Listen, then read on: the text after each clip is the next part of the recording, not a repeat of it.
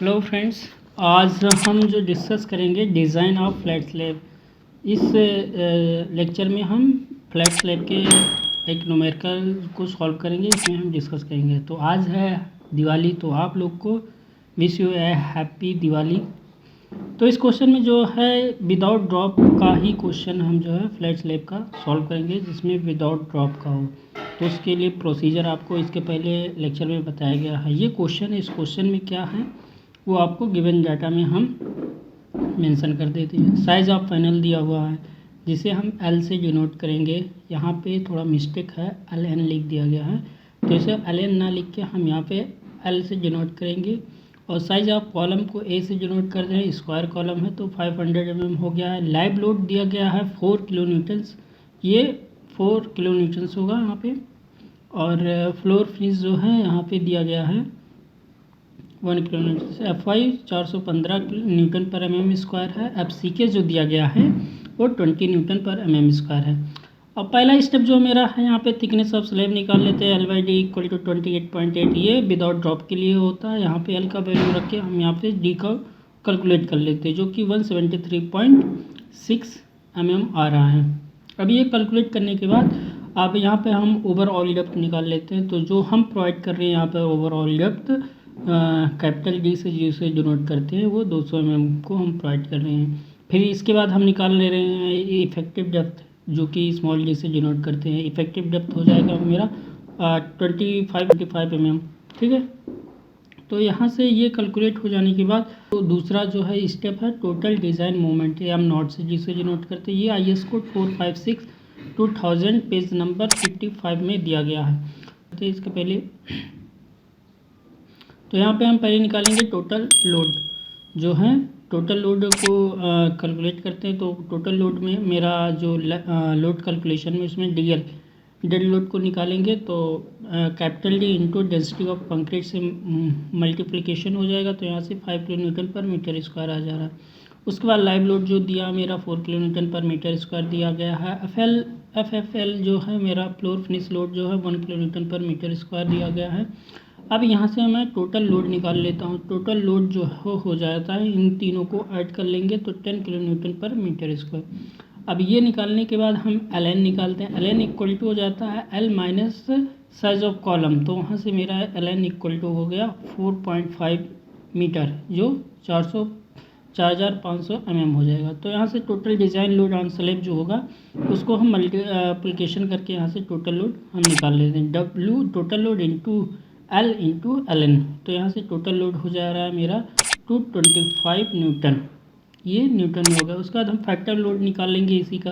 तो 1.5 से मल्टीप्लिकेशन कर देंगे तो यहाँ पे आ जाएगा डब्ल्यू यू, जिसे हम डब्ल्यू यू से डिनोट करेंगे 337.5 किलो न्यूटन हो जाएगा। अब ये हो जाए, इसके बाद हम डिज़ाइन मोमेंट निकालते हैं, जिसको हम अभी पीरियड्स में बता रहे थे। एम नॉट इक्वल टू हो जाता है W U into L N upon 8। ये आपको I S code 456/2000 page number 55 में दिया गया, आपको ऊपर मेंशन भी किया था। फिर यहाँ से ये मेरा वैल्यू को पुट करके यहाँ से हम कैलकुलेट कर लेते हैं। तो ये हो जाएगा एम नॉट की वैल्यू 189.84 किलो न्यूटन पर किलो न्यूटन मीटर हो जाता है। अब यहाँ से हमने मोमेंट को कैलकुलेट कर लिया। तो यहाँ से अब हम निकालेंगे नेगेटिव मोमेंट और पॉजिटिव मोमेंट। तो नेगेटिव मोमेंट जो हो जाता है मेरा इक्वल टू हो जाता है 0.65 एम नॉट। एम नॉट की वैल्यू हमको पुट करके उसके बाद हम कैलकुलेट कर लेंगे। ये आ जाएगा 123.4 किलो न्यूटन मीटर। तो यहाँ से ये नेगेटिव मोमेंट आ गया। इसके बाद हम पॉजिटिव मोमेंट निकालेंगे। पॉजिटिव मोमेंट को इसी का 35% हो जाता है। तो ये यहाँ से वैल्यू को पुट करके मोमेंट में 66.44 किलो न्यूटन मीटर हो गया। तो यहाँ से मैंने मोमेंट को कैलकुलेट कर लिया, पॉजिटिव मोमेंट और नेगेटिव मोमेंट। अब हर एक कॉलम पर जैसे कॉलम स्ट्रिप और मिडिल स्ट्रिप में नेगेटिव और पॉजिटिव मोमेंट क्या होगा, तो उसके लिए भी हम कैलकुलेट करते हैं। जैसे एम नॉट एम डैश से मेरा हो जाएगा नेगेटिव मोमेंट। तो ये 75% जो होता है मोमेंट कॉलम स्ट्रिप पे होगा, और 25% जो होगा मोमेंट वो नेगेटिव मोमेंट का मिडिल स्ट्रिप में होगा। तो यहाँ पे वैल्यू को पुट करके हमने कॉलम स्ट्रिप और मिडिल स्ट्रिप का दोनों का वैल्यू कैलकुलेट कर लिया। अब इसके बाद हम पॉजिटिव मूवमेंट को निकालते हैं। पॉजिटिव मूवमेंट में जो होता है कॉलम स्ट्रिप पे 60% होता है और मिडिल स्ट्रिप में 40% होता है। तो इन दोनों को मल्टीप्लाई कर देंगे तो वहाँ से पॉजिटिव मूवमेंट को लेकर तो यहाँ से मेरा निकल आएगा पॉजिटिव और नेगेटिव मूवमेंट, इन दोनों को कॉलम पे और मिडिल स्ट्रिप में दोनों निकल आएगा। फिर इसके बाद हम निकालेंगे स्टेप 3 आता है जो कि check for thickness of slab. जो हमने स्लेब का थिकनेस दिया है वो थिकनेस एक्यूरेट है या जो रिक्वायर्ड हमारा थिकनेस होगा वो थिकनेस सफिशिएंट या नहीं सफिशिएंट है, तो वहाँ से ही हमें निकाला। ये एमयू जो लिमिट है जो हमने एम नॉट निकाला था उसी का वैल्यू यहाँ पे एमयू लिमिट में कैलकुलेट करके रख देते हैं, पुट करेंगे वैल्यू और डी रिक्वायर्ड का वैल्यू हमने निकालना है। और यहाँ पे बी का जो वैल्यू होगा वो मेरा टोटल लेंथ जो दिया है width of the column strip equal to हो जाता है width of the middle strip, इन दोनों के बराबर हो जाता है। तो यहाँ से हम बी का वैल्यू जो L/2 कर देते हैं तो मेरा बी का वैल्यू कैलकुलेट हो जाता है। उसके बाद यहाँ से हमने डी रिक्वायर्ड निकाल लेते हैं तो डी रिक्वायर्ड आ जाता है 168.87 mm। तो ये देखते हैं मेरा डी प्रोवाइड से डी प्रोवाइड जो है ग्रेटर है और डी मेरा जो रिक्वायर्ड है वो कम है। तो यहाँ से ये पता चल रहा है जो हमने डेप्थ ऑफ स्लेब दिया है वो सही है, तो इसलिए सेक्शन जो मेरा सेफ है। अब इसके बाद हम देखेंगे चौथा स्टेप में चेक फॉर द सीयर में तो नहीं फेल हो रहा है सेक्शन मेरा, जो हमने डिज़ाइन किया है वो सीयर में तो कहीं नहीं फेल हो रहा, तो उसको चेक करने के लिए हम कॉलम का ये साइज़ है 500 बाई 500 mm का, और इसका बाद क्रिटिकल सेक्शन ले लेते हैं जो D/2 के चारों साइड में होगा। तो यहाँ से D/2 का ये हो जाएगा और इधर भी D/2 हो जाएगा। तो यहाँ से इसका जो क्रिटिकल सेक्शन का है लेंथ जो निकल आएगा 500 प्लस डी और इधर से 500 प्लस डी, तो डी का वैल्यू जो है 175 है, तो यहाँ से 675 हो जाएगा mm। तो ये टोटल हो जाएगा। इसके बाद हम वी यू का वैल्यू कैलकुलेट करेंगे। वी यू इक्वल टू हो जाता है फैक्टर्ड लोड। फैक्टर्ड लोड हमने निकालना है तो 1.5 इंटू टोटल लोड में मल्टीप्लाई कर देंगे तो वहाँ से फैक्टर्ड लोड हो जाएगा इंटू इंटीरियर पैनल जो दिया 5 इंटू माइनस क्रिटिकल सेक्शन का एरिया निकाल लेते। तो यहाँ से मेरा वी यू का वैल्यू आ गया 368.166 किलो न्यूटन। इसके बाद हम पंचिंग शेयर निकालेंगे। वी यू इक्वल टू हो जाता है tau V equal to V U upon V naught D. तो वी नॉट जो है पेरीमीटर निकालते हैं क्रिटिकल सेक्शन का, तो यहाँ से वैल्यू को पुट करने के बाद हम टाउ वी का वैल्यू निकाल लिए 0.779 न्यूटन पर mm²। इसके बाद हम निकालते हैं allowable punching share. Allowable punching share जो है टाउ सी इक्वल टू हो जाता है 0.25 रूट एफ सी की। यहाँ से हम टाउ सी का वैल्यू कैलकुलेट कर लेते हैं जो कि टाउ सी मेरा ग्रेटर देन है टाउ वी के, तो इसलिए ये मेरा शेयर में भी सेफ है। अब यहाँ से मेरा सीयर में भी सेफ होगा। इसके बाद हम कैलकुलेशन ऑफ स्टील एरिया करेंगे। स्टील को हम कैलकुलेट करेंगे पॉजिटिव और नेगेटिव मूवमेंट में दोनों। तो हम पहले निकालते हैं यहाँ पे negative movement in column strip में, reinforcement for the negative movement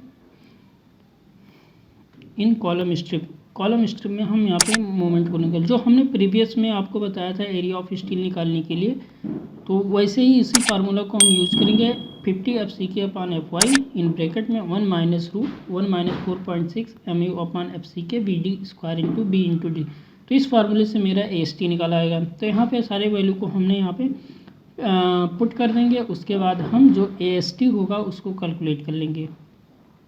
MU जो होगा ये मेरा ये मैक्सिमम जो होगा जिसमें कॉलम स्ट्रिप में मैक्सिमम आएगा, तो वहाँ से हम नेगेटिव मूवमेंट को पुट कर देंगे। तो यहाँ से बाकी डाटा हम B पहले ही कैलकुलेट कर लिए हैं, उसको हम यहाँ पे पुट कर देते हैं। तो यहाँ से मेरा AST जो है आ जा रहा है 1583.75 mm² आ जा रहा है। तो हम यहाँ पे यूज कर रहे हैं जो कि 12 mm का बार, तो इससे हम स्पेसिंग निकाल ले रहे हैं area of provide bar into B, जो B हमने कैलकुलेट अपॉन स्टील एरिया। तो इससे स्पेसिंग मेरा निकल के आ रहा है 178.53 mm। तो यहाँ पे हम जो प्रोवाइड कर दे रहे हैं provide 12 mm bar at the rate 175 centre to centre spacing, इतनी स्पेसिंग में हम 12 mm का बार जो है प्रोवाइड कर देंगे। अब निकालेंगे हम पॉजिटिव मूवमेंट के लिए इन कॉलम स्ट्रिप में जो रेनफोर्समेंट कितना हमको देना होगा। सेम फार्मूला है, हम यहाँ पे फार्मूला को नहीं लिखते हैं, डायरेक्ट हम वैल्यू यहाँ पे पुट कर दे रहे हैं। ये mu जो है मेरा, हम पॉजिटिव मूवमेंट का mu रखेंगे, उसके बाद हम यहाँ पे डायरेक्ट वैल्यू को पुट कर दे रहे हैं। ठीक है, 1 माइनस रूट 1 माइनस 4.6 39.86 इंटू 10⁻6 इन 20 इंटू 500 इंटू 175 का स्क्वायर वाट। इसको हम कैलकुलेट कर लेंगे। यहाँ पे कैलकुलेट करने के बाद 151.88 mm स्क्वायर आ रहा है। तो यहाँ पे हम 10 mm का बार यूज करेंगे, तो यहाँ से स्पेसिंग जो निकल के आ रहा है मेरा π/4 d square upon 2500 upon area of steel. तो यहाँ पे 301.21 mm आ रहा है। तो यहाँ पे जो हम प्रोवाइड करेंगे 300 का हम प्रोवाइड स्पेसिंग करेंगे सेंटर टू सेंटर। अब इसके बाद हम जो है ड्राइंग इसका, या बोल लीजिए आप रेनफोर्समेंट डिटेल हम कैलकुलेट करते हैं। यहाँ पे रेनफोर्समेंट डिटेल हम यहाँ पे बना देंगे। तो यहाँ पे हम पहले टॉप स्लैब बनाते हैं, उसके बाद ये मेरा कॉलम हो जा रहा है और ये बीच में एक और कॉलम यहाँ पे ड्रॉ हो गया। तो यहाँ से मेरा कंटिन्यूस का मार्किंग कर देंगे दोनों साइड में। और इसके बाद टॉप जो बार है वो मेरा नेगेटिव मूवमेंट्स की वजह से उसको हम यहाँ पे ड्रॉ कर दिए, और ये मेरा पॉजिटिव मूवमेंट की वजह से जो बार जा रहे हैं उसको हमने यहाँ पे ड्रॉ कर दिया। ये बार को मैंने शो कर दिया कितने स्पेसिंग में, ये भी शो कर दे रहे हैं। अगर आपको इसमें कोई भी कन्फ्यूजन है तो कमेंट करके ज़रूर बताइए। आपके हर एक कमेंट को का कोई भी क्वेरी होगा तो उसको हम ज़रूर सॉल्व करके आपको बताएंगे। ठीक है, और यहाँ पे 12 mm का बार जो हमने नेगेटिव मूवमेंट में दिया है टॉप में वो जा रहा है, और बॉटम में मैंने 10 mm का बार दिया है जो कि 300 mm की सेंटर स्पेसिंग है। इसमें जो डेप्थ का स्लैब है वो आपको 200 mm दिया गया है स्लैब। ठीक है, कोई भी दिक्कत हो आप लोग कमेंट करके